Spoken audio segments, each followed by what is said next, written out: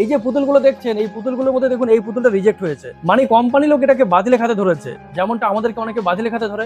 তোর তো বয়স হয়ে গেছে, তুই তো শুধু জীবনে ব্যর্থ হয়েছে, তোর দ্বারা কিছু হবে না, তোর জীবন কানা হয়ে গেছে। ঠিক এরকমই এই পুতুলটা সম্বন্ধে কোম্পানি লোকও ভেবেছে, বাট পুতুলটা কিন্তু নিজের সম্বন্ধে এরকম ভাবেনি। সে সেখান থেকে বেরিয়ে এসছে, বাইরে এসে দেখলো যে তার মতন আরেকজন দাঁড়িয়ে আছে। তারা দুজনাই একে অপরের সমস্যার মেরামত করলো। তারা কল্পনা করলো যদি আমরা রিজেক্ট না হতাম, যদি আমরা এরকম হতাম, তাহলে খুব ভালো হতো। এই কল্পনা আমরাও করি, যদি আমাদের ল্যাপটা এত খারাপ না হতো, যদি আমাদের ল্যাপটা এরকম হতো, খুব ভালো হতো। বাট এই কল্পনা করতে কোনো লাভ নেই, যদি এরকমটা হতো সেই সময় তো পার হয়ে গেছে।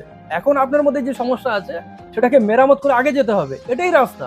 যথারীতি তারা দুজনেই দুজনের সমস্যাকে মেরামত করলো এবং সেই দোকান পর্যন্ত পৌঁছালো যে দোকানে পুতুল বিক্রি হয়। দেখুন কোম্পানি কিন্তু ভেবেছিল যে এই পুতুল দুটো বিক্রি হবে না, কিন্তু এই পুতুল দুটো তারা তাদের নিজেদের প্রতি বিশ্বাস ভরসা রেখেছিল।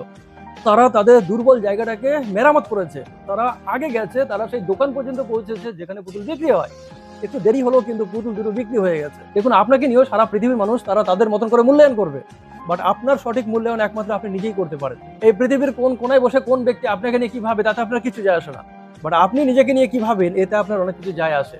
বাকি ভার্মে যায় দুনিয়া।